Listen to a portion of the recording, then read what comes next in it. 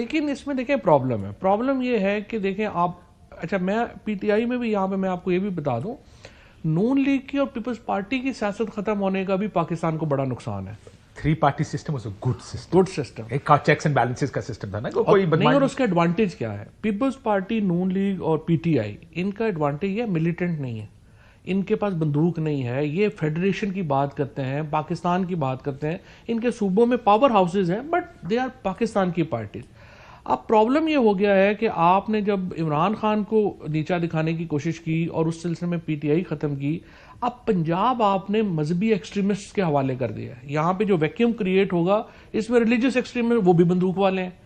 KP और बलोचिस्तान आपने ultra नेशनलिस्टों को दे दिए हैं, वो भी बंदूक वाले हैं। खैर केपी तो तहरीक इंसाफ के पास है, अगर उनके पास से निकला तो आप निकलेंगे, उनका अल्टरनेट जो आप क्रिएट कर रहे हैं वो बंदूक वाले ही होंगे ना, जो आपके सामने जो वहां पे पीटीएम इज आल्सो, मेरा नहीं ख्याल बंदूक वाली पार्टी है। नहीं, वहां पे जो टीटीपी है 174 बंदा शहीद हो गया 1 महीने में, और जो इस वक्त वहां पे पॉलिटिकल फोर्स, मिलिटेंट फोर्स है, but ultimately they will be political force. Reason देखिए, मैं हूं या पीटीआई के लोग हैं या इवन जो खैबर पख्तूनख्वा में भी जो पीटीआई के लोग हैं, देखिए वो बंदूक उठाने वाले नहीं है, वो तोपें लेके नहीं चढ़ सकते।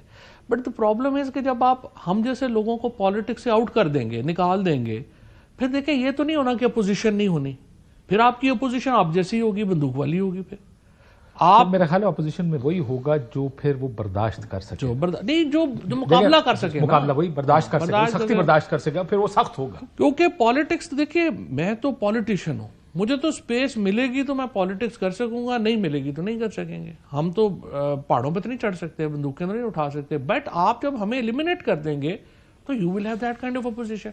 अब नाउ प्रॉब्लम यहाँ पे ये है कि एक ये जो नैरेटिव है, ये जो बताया जाता है कि इकोनॉमी बड़ी बड़ी ठीक हो गई है, macro economic indicator, macro economic, और वो मुझे किसी ने बताया, मैं बड़ा खुश था जब किसी ने कहा कि जी टोटल इन्फ्लेशन 4% पे आ गई, तो मैं बड़ा खुश हुआ। मैं कहा यार चलो शुक्र है महंगाई कम हुई। तो उन्होंने कहा जी महंगाई कम नहीं हुई, बढ़ने की जो चीज पहले 20% की रफ्तार से बढ़ रही थी, जो 2 साल पहले जो उसकी कीमत थी, आज कीमत वही है, लेकिन वो 4% या 4.5% की रफ्तार से बढ़ेगी। महंगाई इस रफ्तार से बढ़ेगी, दैट्स व्हाट इट इज। नहीं, और वो भी पिछले साल से, क्योंकि पिछले साल तो बहुत ही आग लग गई थी ना, 23% पे पहुंच गई थी, तो वो उन्होंने 4% के ऊपर होगी।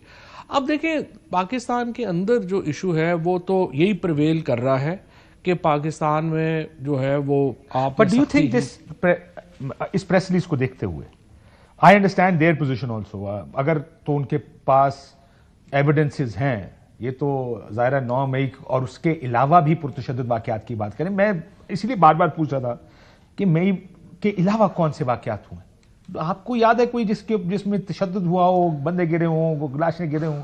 Not that I know, मुझे तो नहीं याद। इसका मतलब देयर आर सम इंसिडेंट्स जिसको इनके अलावा भी इन्वेस्टिगेट हुए हैं, और ये उसी पीरियड के हैं जिस पीरियड में, लेकिन जिस तरह आपने शुरू में बात की कि ये एक फौज का इंटरनल मामला है, वो जाने, वो जैसे वो मुनासिब समझे आगे चले।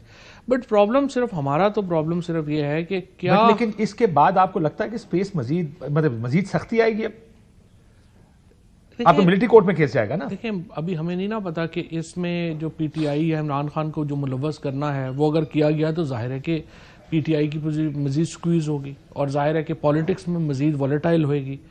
तो अब इससे ज़्यादा वॉलेटाइल करना चाह रहे हैं हम, जाहिर है हम क्या हो सकता है, फिर करना चाह रहे हैं तो हो जाएगी। अब उसमें प्रॉब्लम यहाँ पे ये आ रही है कि जो स्पेस है पॉलिटिक्स की, वो तो पहले ही नहीं है, अब इसके नतीजे में मजीद खत्म है। यू आर डूइंग पॉलिटिक्स, बहुत कम है, तक कर सकते हैं, लेकिन वो भी खत्म हो जाएगी। अब उसमें आप देखिए कि मुझे समझ ये नहीं आ रही कि जो ये चैलेंजेस हैं हमारे इकोनॉमी के, जो चैलेंजेस हैं, जो पॉलिटिक्स के चैलेंजेस हैं, उनको कैसे मैनेज किया जाएगा, उसको मैनेजमेंट क्या इस वक्त। पहली बात तो ये है कि जो मेरा पॉइंट ऑफ व्यू है या आपका पॉइंट ऑफ व्यू है और जो लोग हुकूमत में उनका पॉइंट ऑफ व्यू, उसमें फ़र्क है। वो समझते हैं कि नहीं, ये पाकिस्तान बिल्कुल सही डायरेक्शन पे जा रहा है। मेरी जो हम्बल ओपिनियन है, वो हम्बल ओपिनियन ये है कि नहीं, ये तो पाकिस्तान में अदालत में इस वक्त जो कॉन्फिडेंस है ज़ीरो हो चुका है, इंतज़ामी तौर के ऊपर कॉन्फिडेंस ज़ीरो हो चुका है। वैसे भी फवाद साहब, ये ब्रेक में वापस आगे, पॉलिटिक्स में भी कॉन्फिडेंस ज़ीरो, सिफ्त क्या होती है, डायरेक्शन होती क्या है, जहां लोग किसी चीज को देखकर पुरुमीद होते हैं, कल मैं ये आपके चेयरमैन नायब साहब ये गुफ्तगू फरमाई उन्होंने तकरीर में कि लोग बाहर जा रहे हैं, 1.2 मिलियन 12 लाख लोग पाकिस्तान छोड़कर गए, और उनको परेशानी इस बात की थी वो पैसे पाकिस्तान से बाहर कैसे लेके गए। उनको परेशानी इस बात की होनी चाहिए थी वो पाकिस्तान से बाहर जा क्यों रहे हैं, क्या माहौल है। That's what direction is, that's what hope is. जी आप अमेरिका क्यों लोग जाते हैं, वो कहते हैं ना, एक जुमला इस्तेमाल होता है अमेरिका के बारे में, लैंड ऑफ ड्रीम्स, कि आप ख्वाब देख सकते हैं उस मुल्क में।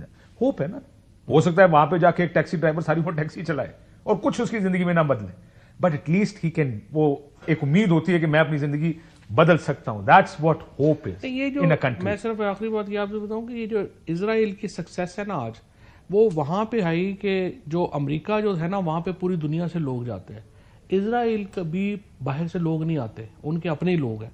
उनकी कामयाबी ये हुई कि उन्होंने 85 ऑनवर्ड जो है ना अपने जो टॉप ब्रेन्स थे उनको उन्होंने अपने मुल्क में रख लिया।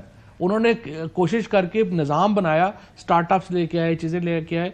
सो 85 ऑनवर्ड उनकी जो इकोनॉमी है वो बिल्कुल तब्दील हो गई, और कम्युनिकेशन में और ये जो आईटी है उसमें उन्होंने इतना बड़ा जो ब्रेन ड्रेन हो रहा था उसको रोक लिया और अपने लोगों के ऊपर ही वो आगे चले गए। पाकिस्तान के पास भी ये चांस था, इंडिया ने भी यही किया।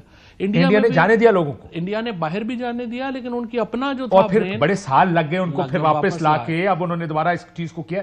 प्रॉब्लम ये हमारे यहाँ पे जो लोगों को समझने की जरूरत है, जब आपका दिमाग बाहर जाता है, असल बात है, तो आपका दिमाग ही बाहर नहीं जा रहा, आइडियाज बाहर जा रहे हैं, वो सोच बाहर जा रही है, जो सोच मुल्क को चलाती है उसको आगे लेकर जाती है, उसको आप स्टार्टअप्स कहते हैं।